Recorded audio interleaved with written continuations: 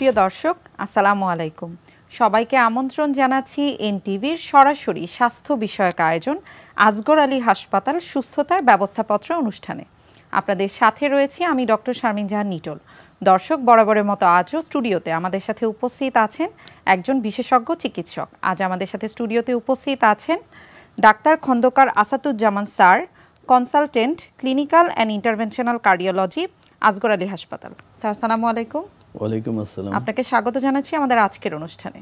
আপনাকেও ধন্যবাদ। প্রিয় দর্শক, আপনারা চাইলে সরাসরি ফোন করে আমাদের সাথে যুক্ত হতে পারেন স্বাস্থ্য বিষয়ক যে কোনো পরামর্শের জন্য। আমাদের স্ক্রিনে দেখানো নাম্বারগুলোতে ফোন করলেই আমাদের সাথে কথা বলতে পারবেন। প্রথমে চলে যাচ্ছি স্যার আপনার কাছে। স্যার, ইন্টারভেনশনাল কার্ডিওলজি বিভাগে আছেন, যদি একটু জানতে চাই যে আসলে হার্ট অ্যাটাক এই শব্দটির সাথে কিন্তু আমাদের সাধারণ মানুষ অনেক বেশি পরিচিত এবং সাধারণভাবেই আমরা বলে থাকি যে বুকে ব্যথা হলেই মনে হচ্ছে হার্ট অ্যাটাক হয়ে যাচ্ছে, এরকম একটা ব্যাপার কিন্তু আছে। যদি জানতে চাই যে আসলে হার্ট অ্যাটাক বলতে আমরা কি বুঝি? আসলে হার্ট অ্যাটাক বা অ্যাকুট মায়োকার্ডিয়াল ইনফার্কশন, এই শব্দটা আসলে অ্যাকুট মায়োকার্ডিয়াল ইনফার্কশনের চেয়ে হার্ট অ্যাটাক শব্দটাই বহুল পরিচিত। জি জি। তো আমরা জানি হার্টের মাংসপেশিকে স্বাভাবিক সুস্থ রাখার জন্য, সচল রাখার জন্য, কর্মক্ষম রাখার জন্য প্রত্যেকটি অর্গানের মতো হার্টেরও নিজস্ব রক্তনালী আছে বা ধমনী আছে, যেই ধমনীর মাধ্যমে হার্ট তার রক্ত চলাচলের স্বাভাবিক রক্ত চলাচল যাতে স্বাভাবিক থাকে এবং সেই রক্ত চলাচলের তার নিউট্রিশনের জন্য বা তার সুস্থ রাখার জন্য যেটুকু উপাদান দরকার সব সে ধমনীর মাধ্যমে গ্রহণ করে থাকে। এখন এই ধমনীতে যদি কখনো হঠাৎ করে অতিরিক্ত মাত্রায় দেখা হলো একটি রক্ত চলাচল বাধাপ্রাপ্ত হচ্ছে অথবা একদম কমপ্লিটলি বা বাধাপ্রাপ্ত হয়ে বন্ধ হয়ে গেল, এই বন্ধ হওয়ার জন্য যে হার্টের যে মাংসপেশি, সেই মাংসপেশি ইনজুরি বা ক্ষতিগ্রস্ত হয় বা আহত হয়, যার এই শব্দটাকেই বলা হয় হার্ট অ্যাটাক। আচ্ছা স্যার, যদি একটু জানতে চাই যে আসলে এই যে হার্ট অ্যাটাক হচ্ছে, বলছেন যে আসলে হার্টের নিজস্ব যে রক্তনালী যার মাধ্যমে হার্ট রক্ত পাচ্ছে, সেই রক্তনালীতে কোনো কারণে যদি ব্লক হয় তখনই কিন্তু অ্যাকিউট মায়োকার্ডিয়াল ইনফার্কশন বা এমআই আমরা যেটাকে বলে থাকি সেটি হচ্ছে। এর পেছনে নিশ্চয়ই কোনো না কোনো কারণ আছে, যদি একটু কারণগুলো সম্পর্কে জানি। মানে সবচেয়ে প্রথম বা সবচেয়ে প্রধান কারণ যদি আমি বলি তাহলে বলবো মেডিকেল ভাষায় যেটা অ্যাথেরোস্ক্লেরোসিস, অর্থাৎ হার্টের রক্তনালীর যে ইনার লেয়ার, যেটা মাঝের যে একদম ভিতরের যে লেয়ার, ওই লেয়ারে যদি কোনো কারণে আস্তে আস্তে রক্তের চর্বি জমে বা ইনফ্লামেটরি সেল বা অন্যান্য ম্যাটেরিয়ালস জমে যদি একটা অ্যাথেরোমেটাস প্লাক তৈরি করে, এই প্লাকটা হঠাৎ করে কোনো কারণে, যেমন সেটি শারীরিক অথবা মানসিক যে কোনো কারণের জন্যই হোক, সেই কারণের জন্য হঠাৎ করে যদি ফিশারিং হয়ে যায় বা ফেটে যায় বা রাপচার হয়ে যায়, তাহলে ওখানে থ্রম্বোটিক প্রসেস যেগুলো প্ল্যাটলেট এবং আদার্স ম্যাটেরিয়ালস এগুলো এসে হঠাৎ করে দেখালো রক্তনালীটা বন্ধ করে দেয়। এই বন্ধ করে দেওয়ার জন্যই কিন্তু হার্ট অ্যাটাক হচ্ছে এবং এটাই হলো এক নম্বর কারণ, প্রথম কারণ। আমরা যদি বলতে চাই যে এটাই অলমোস্ট 90 থেকে 95% কারণ। আরও কারণ সম্পর্কে আমরা জানবো। আমাদের সাথে একজন দর্শক যুক্ত হয়েছেন। প্রিয় দর্শক, কে আছেন আমাদের সাথে? নাম বলে প্রশ্নটি করুন।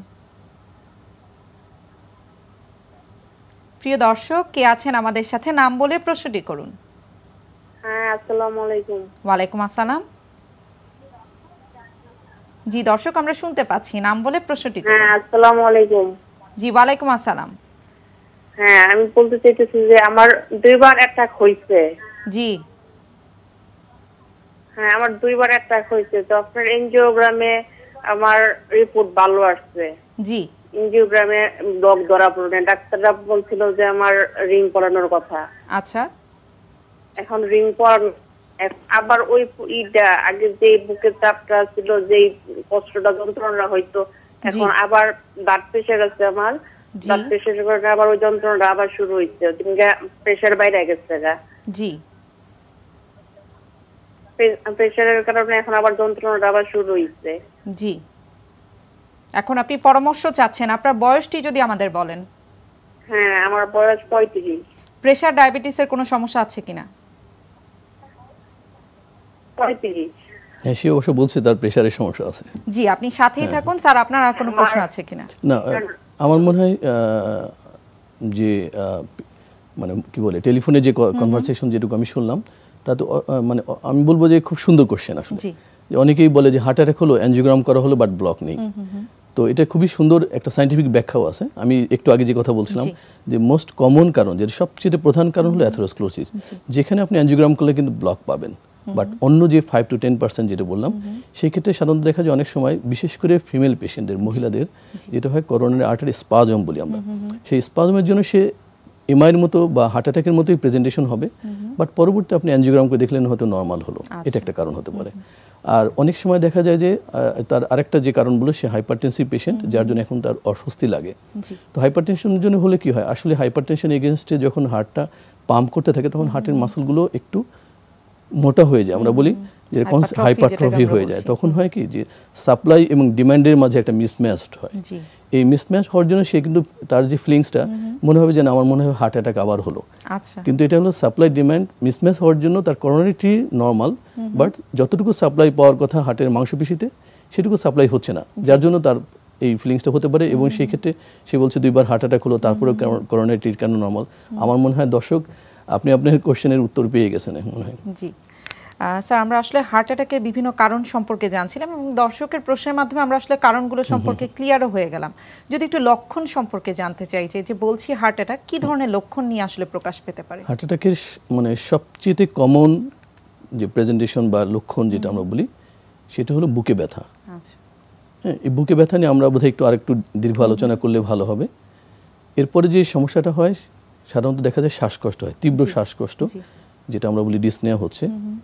অনেক সময় দেখা যায় বুকে অস্বাভাবিক একটা ফিলিংস হয়, যেটা বলে যে আমার বুকে মনে হয় ধরপড় করছে।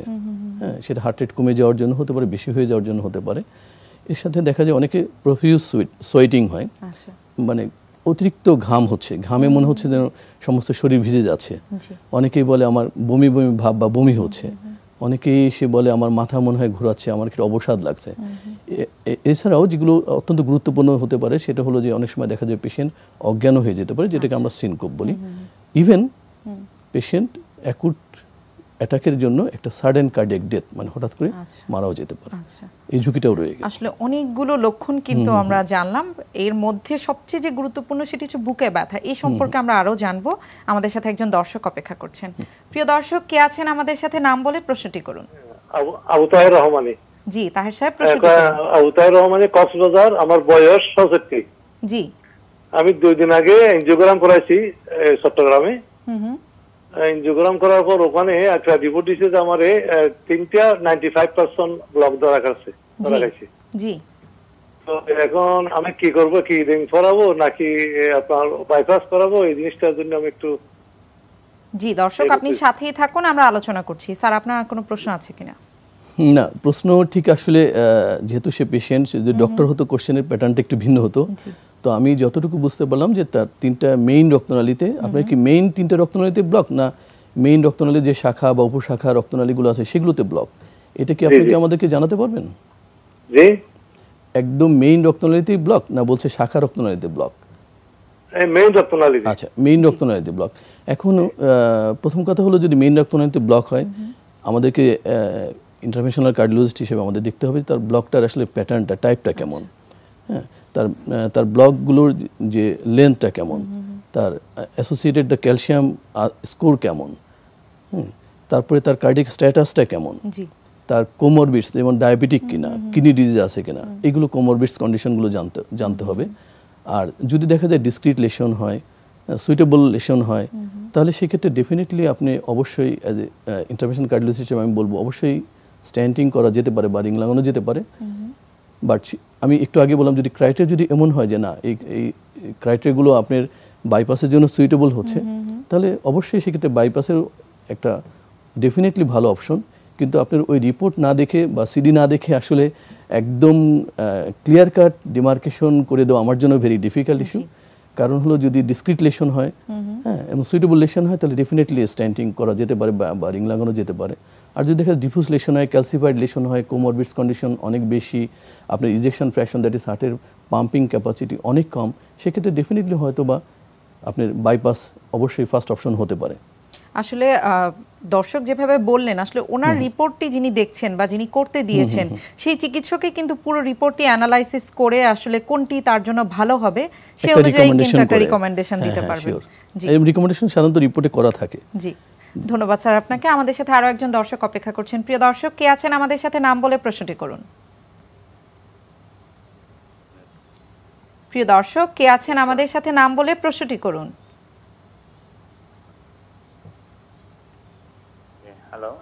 জি দর্শক, আমরা শুনতে পাচ্ছি, নাম বলে প্রশ্নটি করুন। হ্যালো। জি হ্যালো। হ্যাঁ, আসসালামু আলাইকুম। ওয়ালাইকুম আসসালাম। জি, আমি নেত্রকোনা থেকে বলছি, আব্দুল সালাম। জি সালাম সাহেব, প্রশ্নটি করুন। জি, আমার ওই ছেলে, তার বয়স এটা 18, তাকে হার্টের ছিদ্র ছিল, ইন্ডিয়া বেঙ্গালুরু থেকে তার ট্রিটমেন্ট করে আসছি, ওপেন হার্ট সার্জারি হয়েছে। জি। এখন ওর মামা মারা যাওয়ার পরে সে একটু একজাক্ট গেছিল, চিৎকার মেরে, পরে তার হার্টে আবার ব্যথা আসছিল। জি। ওইটা পরে সদর হাসপাতালে নিয়ে গেলাম, ওরা রেফার করছে আমাদের ওই ময়মনসিংহ, যে কার্ডিওলজি দেখাইতে হবে। জি। পরে আবার তার এই ব্যথা বন্ধ হয়ে গেছে, স্বাভাবিক হয়ে গেছে, পরে আর নেই নাই। আসলে বিষয়টা হচ্ছে যে তার যে ওপেন হার্ট সার্জারি হয়েছে, এরপরেও কি আসলে এখানে কোনো হার্টে এরকম সমস্যা হইতে পারে কিনা, মানে ব্লক টক এরকম কোনো বিষয়? জি, আপনি সাথেই থাকুন, আমরা আলোচনা করছি। আপনার হার্টের ছেলের যে হার্টের সার্জারি হলো, তার যে কনজেনিটাল সম্ভবত কোনো ডিফেক্ট ছিল, সেই ডিফেক্টের ব্যাপারে কি আপনাকে কোনো তথ্য দিছে বা আপনি জানেন? যেমন আমি সহজ করে বলি, যেমন এএসডি ছিল কিনা, ভিএসডি ছিল কিনা, পিডিএ ছিল কিনা, টপ ছিল কিনা, কমন যেগুলো সেগুলো আমি বললাম, এটার কোনোটা ছিল কিনা আপনি বলতে পারবেন এইভাবে? হ্যাঁ, তার এই দুইটাই ছিল, ওই হার্টের ছিদ্র ছিল, বাল্বেরও সমস্যা ছিল। আচ্ছা, তো ওই দুইটাই অপারেশন হয়েছে। আচ্ছা, তার কি জিহ্বা, যেমন জিহ্বা বা হাত, এগুলো কি নীল হয়ে যেত বা কান্নাকাটি করলে? এগুলা কোনো কিছু হইতো না। আচ্ছা, যদি কনজেনিটাল হার্ট ডিজিজ হয়, এরকম হতে পারে, আপনার কথা শুনে মনে হচ্ছে এটা এসডি হতে পারে, অথবা ভিএসডির সাথেও থাকতে পারে, অথবা এটা টপ হতে পারে। এটা ডিফিকাল্ট মানে স্পেসিফিক বলা এইভাবে। তো যেটাই হোক, যদি সার্জারি যদি কমপ্লিটলি করে থাকে, যে এক সেটিংয়ে যদি কমপ্লিট হয়ে থাকে, তাহলে তো পরবর্তী জটিলতা হওয়ার সম্ভাবনাই নেই। আর আপনি যে ঘটনাটা বললেন, সেটা একটা ইস্যু, যে তার আপনার একজন ক্লোজ আত্মীয় মারা গেছেন, তারপরে কান্নাকাটি করছে, ব্যথা হচ্ছে, কাজে এটা সম্ভবত ওই হার্টের রক্ত মানে কনজেনিটাল যে ডিফেক্ট ছিল, জন্মগত যে ত্রুটি ছিল, এটার সাথে সম্পর্কিত নাই বলেই মনে হচ্ছে আমার কাছে। আসলে অনেক সময় এংজাইটিতে বা আমরা যখন বেশি কষ্ট পাই, তখন কিন্তু এই ধরনের বিষয়গুলো দেখা যায়। 14 বছর বয়স, কাজে অন্য কোনো সমস্যা হওয়ার সম্ভাবনা খুবই কম। জি, ধন্যবাদ স্যার আপনাকে। আমরা আসলে জানছিলাম যে হার্ট অ্যাটাকের লক্ষণ সম্পর্কে, এবং সবচেয়ে কমন যে লক্ষণটি সেটি হচ্ছে বুকে ব্যথা, এবং বুকে ব্যথার সাথে কিন্তু আমরা সকলেই পরিচিত, এবং বুকে ব্যথা নিয়ে কিন্তু আমাদের অনেক বেশি শঙ্কা। যদি একটু জানতে চাই যে স্যার, আসলে হার্টের কারণে বুকে ব্যথা এবং অন্যান্য অনেক কারণেও কিন্তু বুকে ব্যথা হতে পারে, যেমন মাসকুলার পেইন হতে পারে, অনেক সময় গ্যাসের জন্য বুকে ব্যথা হতে পারে, কোন ধরনের বুকে ব্যথাকে আমরা বলবো যে এটি কার্ডিয়াক কারণে হচ্ছে? আমি মনে করি এটি খুবই সুন্দর কোশ্চেন, এবং আমরা সচরাচরই শান্ত, বিশেষ করে যারা কার্ডিওলজিস্ট, হৃদরোগ বিশেষজ্ঞ, এই প্রশ্নের সম্মুখীন হই, এবং আমাদের মনে হয় কনসালটেশন আওয়ারের অধিকাংশ সময় এই প্রবলেমগুলো নিয়ে আমাদের ডিল করতে হয়।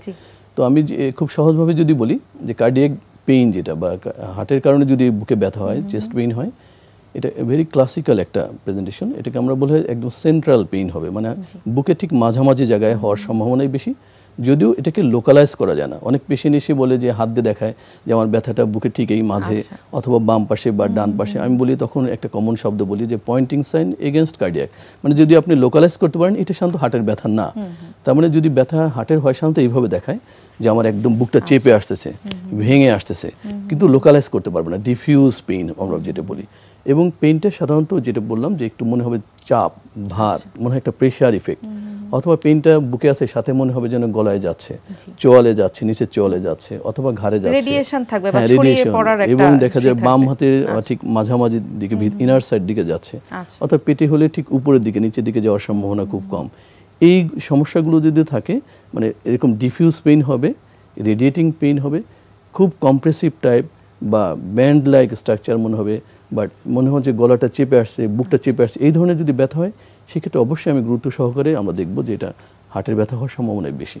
আচ্ছা স্যার, এই যে বলছেন যে এই ধরনের আমরা যে পেইনের লক্ষণ সম্পর্কে জানলাম, এই ধরনের ব্যথা কারো যদি অনুভূত হয়, তিনি আসলে সরাসরি কোথায় যাবেন, এটি নিয়েও কিন্তু দর্শকদের মধ্যে খুব বেশি শঙ্কা থাকে যে আসলে চেম্বারে যাবেন না হসপিটালে যাবেন। এই বিষয় সম্পর্কে আমরা জানবো। আমাদের সাথে একজন দর্শক অপেক্ষা করছেন। প্রিয় দর্শক, কে যুক্ত হয়েছেন আমাদের সাথে, নাম বলে প্রশ্নটি করুন। আসসালামু আলাইকুম। ওয়ালাইকুম আসসালাম। জি, আমি হাসান। জি হাসান ঢাকা সাহেব। থেকে বলছি, বয়স 37 বছর। জি প্রশ্নটি করুন। প্রশ্ন, আমি ওষুধ খাইতেছি হার্টের ব্যথার জন্য, ইটিপি করাইছি, টিটি করাইছি, জি কিন্তু মাঝখানে আমার অনেকগুলো ওষুধ লেখছিল হার্টের জন্য, জি। খাওয়ার পরে কোনো ফল পাইনি। পরবর্তীতে আবার ওই হার্টের ওষুধ বাদ দিয়ে 3টা ওষুধ দিছে, ফেনোভেক আর একটা দিছে পিজি। আচ্ছা আর আমার রক্তের কোলেস্টেরল অনেক বেশি, জি 450 উপরে। জি ব্যথাটা বুকের মাঝে না, ব্যাক পার্টে ব্যথা, বেশিরভাগ ব্যাক সাইডে।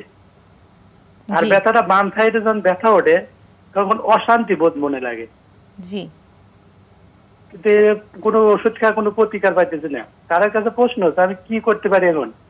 আপনি সাথেই থাকুন স্যার, আপনার কিছু জানার আছে কিনা? মানে আমার একটা কোশ্চেন ছিল আপনার কাছে, যে আপনি যে বললেন ইসিজি করছেন, নর্মাল ছিল সম্ভবত, ইটিটি করলেন, ইটিটি রিপোর্টটা আমাদেরকে একটু বলবেন যে এটা কি ছিল? ইটিটি রিপোর্টটা বলছিল যে হার্টের আপনার কি দিয়ে বললো যে আপনার একবার হার্ট অ্যাটাক হয়েছে কিন্তু আপনি বুঝতে পারেন নাই। না, আমি বলি আপনাকে যে যেমন রিপোর্টটায় যে কমেন্ট যেখানে, ওখানে কি পজিটিভ লেখা ছিল বা নেগেটিভ লেখা ছিল বা অন্য কোনো শব্দ লেখা ছিল কিনা? তার নেগেটিভ লেখা ছিল। নেগেটিভ। তো আপনি বুঝতেই পারছেন যে জি দর্শক আপনি সাথেই থাকুন, আমরা আপনার প্রশ্নটি নিয়ে আলোচনা করছি। ইটিটির একটি রিপোর্ট কিন্তু তিনি জানিয়েছেন, স্যার যদি একটু উত্তরটি দেন। হ্যাঁ হাসান সাহেব, আমি একটু আগে যে কথা আপনার সাথে শেয়ার করছিলাম সেটা হলো যে ইটিটি রিপোর্ট যদি নেগেটিভ হয় এবং আপনার ব্যথাটা, আমি একটু আগেই বললাম, বুকে ব্যথা যদি একটা দিকে হয়, বিশেষ করে সাব মেমোরি আমরা বলি, যদি বুকের নিচের দিকে হয়, সাধারণত এটা হার্টের ব্যথা হওয়ার সম্ভাবনা একদমই নাই বললেই চলে। সেই ক্ষেত্রে আপনার অন্যগুলো জানতে হবে যে আপনার টেনশন আছে কিনা, অ্যাসিডিটি আছে কিনা। বেটার আমার মনে হয় যেটা সবচেয়ে ভালো হবে আপনার অপশন, আপনি একজন মেডিসিন স্পেশালিস্টের পরামর্শ নিন, তাহলে আপনার জন্য আমার মনে হয় সহজ হবে, সমাধানের পথ আগাতে সুবিধা হবে। অসংখ্য ধন্যবাদ স্যার আপনাকে। স্যার আমরা দর্শকের প্রশ্ন নেবার আগে আসলে যে বিষয়টি নিয়ে আলোচনা করছিলাম সেটি হচ্ছে যে কার্ডিয়াক চেস্ট পেইনের যে বর্ণনা আপনি দিলেন, এই কার্ডিয়াক চেস্ট পেইন সবগুলো লক্ষণ কারো যদি থাকে, সে ইমিডিয়েটলি আসলে কোথায় যাবেন? এটি নিয়ে কিন্তু দর্শকদের খুব বেশি শঙ্কা থাকে যে চেম্বারে যাবেন নাকি হসপিটালে যাবেন, এই বিষয়টি যদি একটু বলেন। চেম্বারে হসপিটালে যাওয়ার আগে আমি আরেকটু বলি, সেটা অনেকেই দেখা যায় যে বুকে ব্যথা হচ্ছে, ঠিক আছে আজকে রাতে যদি হয় রাতটাকে মানে জাস্ট গ্যাসের ওষুধ খেয়ে আমি একটু ওয়েট করি, অথবা টেলিফোনে, আমাদের এখন তো মোস্ট কমন পপুলার হলো টেলিমেডিসিন, ওভার টেলিফোনেই কনসাল্ট করে অনেকের সাথে, ঠিক আছে আজকে রাতে একটু গ্যাসের ওষুধ খেয়ে তারপর দেখা যাক। তো আমি বলবো প্রথম কথা যে ব্যথাটা যদি এরকম যেটা আমরা বর্ণনায় বললাম, মানে এরকম যদি ক্লাসিক্যাল হয়, খুব ক্লিয়ার কাট পেইন হয়, তাহলে অবশ্যই আপনি চেম্বারে না যেয়ে সরাসরি হসপিটালে যান। হসপিটালে ইমার্জেন্সি ডিপার্টমেন্টে যান, অথবা ট্রায়াজ আছে ট্রায়াজে যান। গেলে হয়তো ওখানে কর্তব্যরত যে চিকিৎসক থাকবেন, উনি আপনার মানে ক্লিনিক্যাল প্রেজেন্টেশনগুলো শুনে পরবর্তী মানে কীভাবে আগালে ইসিজি করতে হবে অথবা পরবর্তী কী ব্যবস্থা নিলে আপনার চিকিৎসা সঠিকভাবে আগাতে পারে, সে ব্যাপারে উনি আপনাকে সবচেয়ে ভালো পরামর্শ দিতে পারবেন বলে আমি মনে করি। যেভাবে স্যার বললেন যে আসলে এই ধরনের বুকে ব্যথা হলে আসলে ডিলে করার কোনো সুযোগ নেই, আসলে আমাদেরকে ইমিডিয়েটলি হাসপাতালে যেতে হবে। অসংখ্য ধন্যবাদ স্যার আপনাকে। আমাদের সাথে একজন দর্শক যুক্ত হয়েছেন। প্রিয় দর্শক কে আছেন আমাদের সাথে, নাম বলে প্রশ্নটি করুন। মোহাম্মদ মকসুদুল হক, জি থেকে বলছি, বয়স 67। জি দর্শক, আমার হার্টের প্রবলেম 14 সাল থেকে। জি আমি ডায়াবেটিস পেশেন্ট, কিডনির সমস্যা আছে, জি হাইপারটেনশন আছে, রেটিনোপ্যাথি আছে। জি তো কয়েকদিন আগে অর্থাৎ গত 3 তারিখে আমার হঠাৎ বুকে পেইন লাগতেছে, আবার পার্শ্বে একটু শ্বাসকষ্ট লাগতেছিল।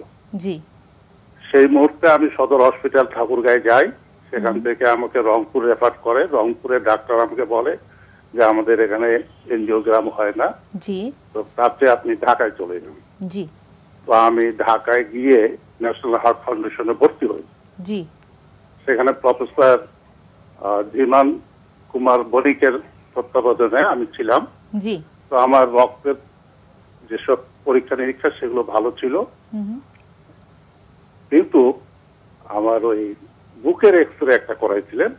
তো বুকের এক্সরে এক পাশে ফুসফুসের ওয়ালগুলো ঠিক আছে, ওয়ালটা, আরেক পাশে উনি বলতেছে এখানে 2টা স্পটের মতন মনে হচ্ছে, তো আপনার এনজিওগ্রাম তো আমি করতে পারবো না, আগে এটা রিপেয়ার করেন। জি উনি ওষুধ লিখে দিলেন এবং বললেন যে 15 দিন আপনি অপেক্ষা করেন, 15 থেকে 1 মাস আর পারলে একজন বক্ষব্যাধি ডাক্তারকে দেখাবেন। জি।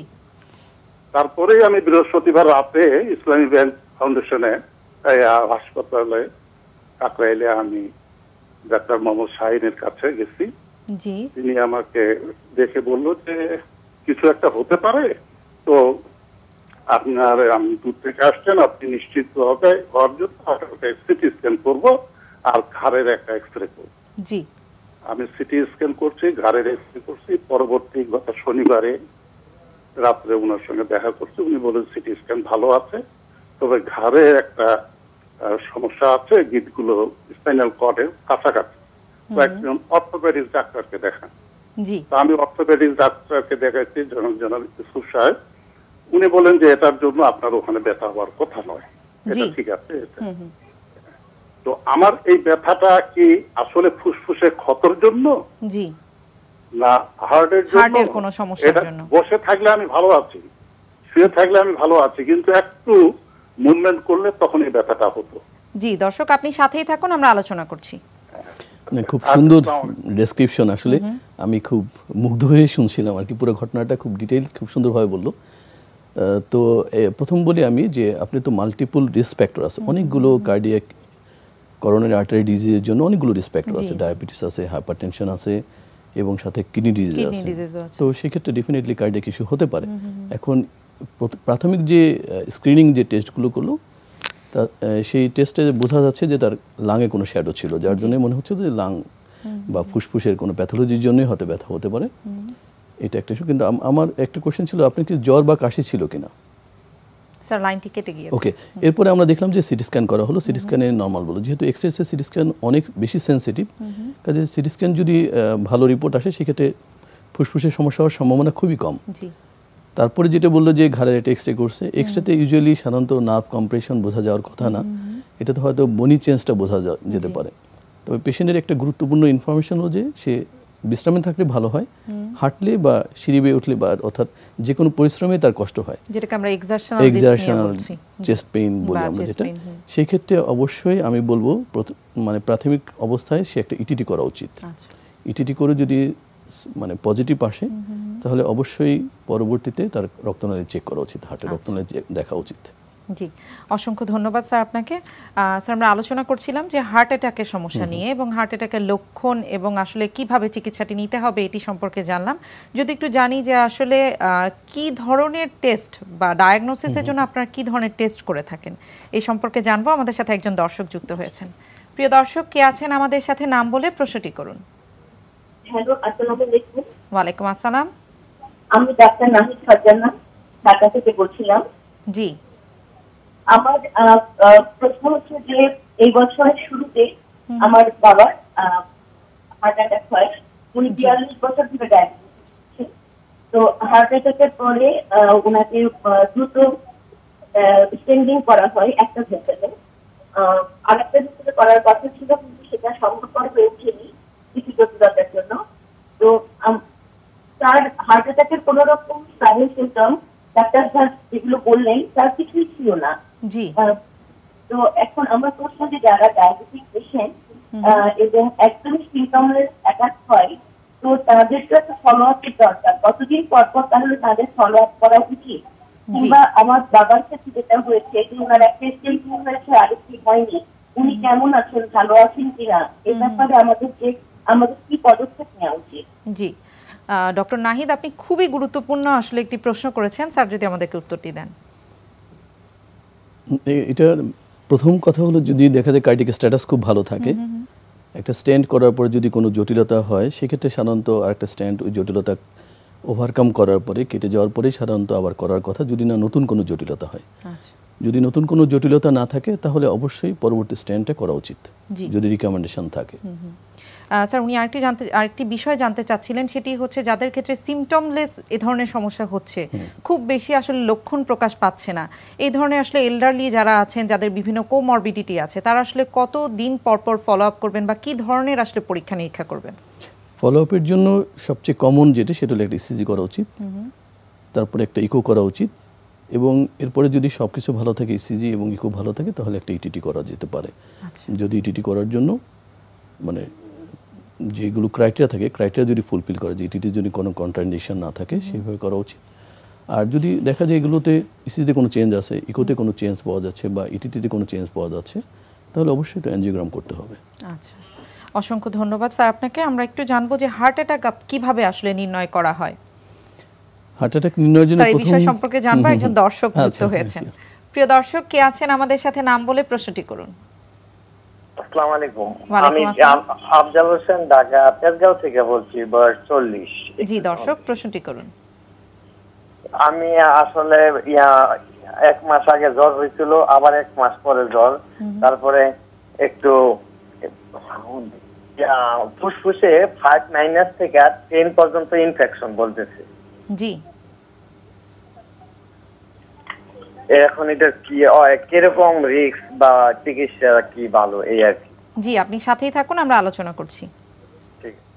শব্দগুলো আমার কাছে খুব ক্লিয়ার না, স্পষ্ট না, মনে হলো যেন ফুসফুসের সমস্যা নিয়ে সে জানতে যাচ্ছে। জি জি স্যার। তো ফুসফুসের সমস্যা হলে তো যেহেতু হার্ট রিলেটেড জ্বর ঠান্ডা ছিল স্যার, করোনা রিলেটেড যে সমস্যাগুলো এখন তো আসলে আমরা সিটি স্ক্যান করতে দিই, সেখানে পার্সেন্টেজ যে লেখা থাকে যে 5 to 10%, সেই সমস্যাটি ওনার ছিল যে 5 to 10% এর মতো ইনভলভ আছে। এটা থেকে কি ধরনের জটিলতা হতে পারে বা করণীয় কি জানতে চাইছেন? যদিও এটা আমাদের আজকে আলোচনার একটু বাইরের আলোচনা, তারপরে বলবো যে 5 to 10% যদি হয় আর তার যদি অক্সিজেন রিকোয়ারমেন্ট না লাগে, তার যদি কোনো শ্বাসকষ্ট না হয়, তার যদি অক্সিজেন স্যাচুরেশন 94 এর নিচে না নামে, তাহলে সে বাসাতেই চিকিৎসা নিতে পারবে। তার জন্য হসপিটালে যাওয়ার জন্য কোনো প্রয়োজন নেই বা এটাতে ভয়ের কোনো কারণ নেই। 3 দিন পরে হয়তো সে 10% বলছে স্যার, এটা কিন্তু সময়ের সাথে সাথে আসলে এটাই বললাম যে 3 দিন পরে সে একটা রিভিউ করতে পারে। আচ্ছা, যে যদি সিটি স্ক্যান করে থাকে 3 দিন পরে একটা সিটি স্ক্যান রিভিউ করতে পারে, অথবা সিবি মানে কমপ্লিট ব্লাড কাউন্ট, ইএসআর বা সিরেক্টিভ প্রোটিন যদি করা থাকে তাহলে 3 দিন পর একটা রিভিউ করে দেখতে পারে। ক্লিনিক্যাল প্রেজেন্টেশন এবং ইনভেস্টিগেশন যদি তাকে গাইড করে না ডে টু ডেট করছে, তখন পরবর্তী স্টেপ। আর যদি দেখা যায় ইমপ্রুভ হচ্ছে, তাহলে অনলি বাসাতে থেকে চিকিৎসা নেওয়া সম্ভব। জি, ধন্যবাদ স্যার আপনাকে। স্যার আমরা একটু জানবো যে আসলে হার্ট অ্যাটাক নিয়ে যখন রোগীরা আপনাদের কাছে আসেন, আপনারা কি ধরনের চিকিৎসা দিয়ে থাকেন? চিকিৎসার প্রথম শর্ত হলো যে আগে আসলে হার্ট অ্যাটাক, তো আমি একটু আগে বললাম একটু বড় শব্দ, তো হার্ট অ্যাটাকের প্রথমে যে আপনি একটা ইসিজি করেন, ইসিজি করে দেখেন যে আসলে হার্ট অ্যাটাকটা অ্যাকুট হার্ট অ্যাটাক বলছি আমরা, যেরকম আজকে আলোচনার বিষয় অ্যাকুট হার্ট অ্যাটাক বা অ্যাকুট মায়োকার্ডিয়াল ইনফার্কশন। সেক্ষেত্রে প্রথমে একটা বেসলাইন একটা ইসিজি করতে হবে। ইসিজি করে দেখতে হবে যে তাকে এসটি লিমিটেড এমআই নাকি নন এসটি লিমিটেড এমআই, এই দুটোকে আমাকে প্রথম ডিফারেন্সিয়েট করতে হবে। যদি এসটি লিমিটেড এমআই হয় এবং পেশেন্ট যদি কোনো পিসিআই ক্যাপেবল সেন্টার, যেখানে প্রাইমারি পিসিআই করা যায়, তাহলে সেখানে যদি পেশেন্ট উইদিন 12 আওয়ার্সের মাঝে পৌঁছাতে পারে, তাহলে প্রাইমারি পিসিআই আমাদের ফার্স্ট অপশন হবে, যদি এসটি লিমিটেড এমআই হয়, যদি কোনো কন্ট্রাইন্ডিকেশন না হয়। আর যদি নন প্রাইমারি পিসিআই ক্যাপেবল কোনো সেন্টারে যায়, তাহলে সেক্ষেত্রে পেশেন্টকে রেফার করতে হবে ক্যাপেবল, কাছাকাছি কোনো ক্যাপেবল প্রাইমারি পিসিআই করার মধ্যে একটা সেন্টার, সেখানে রেফার করতে হবে। অথবা যদি দেখা যায় ডিস্টেন্ট হয়, যে এখান থেকে দেখা যায় এখান থেকে আমার প্রাইমারি পিসিআই করার মতো সেন্টারটা অনেক দূরে বা সময় নষ্ট হবে, ঝুঁকি আছে, সেক্ষেত্রে আমরা ফিব্রিনোলাইটিক্স যেটা বলি, যে ফার্মাকোলজিক্যাল ম্যানেজমেন্ট, ফিব্রিনোলাইটিক্স দিয়ে শুরু করতে হবে। শুরু করার পরে এরপরে আপনি প্রাইমারি পিসিআইয়ের জন্য, যেটাকে আমরা বলি ফার্মাকোইনভেসিভ পিসিআইয়ের জন্য, আপনি প্রাইমারি পিসিআই বা ফার্মাকোইনভেসিভ পিসিআই ক্যাপেবল যে কোনো একটা সেন্টারে আপনাকে রেফার করতে পারেন। এটা হলো একটা হলো এসটি লিমিটেড যদি হয়। এখন নন এসটি লিমিটেড যদি হয়, সেক্ষেত্রে আপনাকে নন ফার্মাকোলজিক্যাল ম্যানেজমেন্টের পাশাপাশি ফার্মাকোলজিক্যাল ম্যানেজমেন্টটিকে এনশিওর করতে হবে। এনশিওর করার পরে যদি দেখা যায় পেশেন্টের অনগোয়িং চেস্ট পেইন থাকে, পেশেন্টের যদি দেখা যায় যে কার্ডিওজেনিক শক হয় বা অন্য কোনো ঝুঁকি থাকে, সেক্ষেত্রে আপনি একটা অ্যাঞ্জিওগ্রাম করে দেখেন আগে। আর যদি স্টেবল থাকে, তাহলে পেশেন্টকে আপনি খুব তাড়াহুড়ো না করে 72 আওয়ার্স পরেও আপনি একটা অ্যাঞ্জিওগ্রাম করে দেখেন।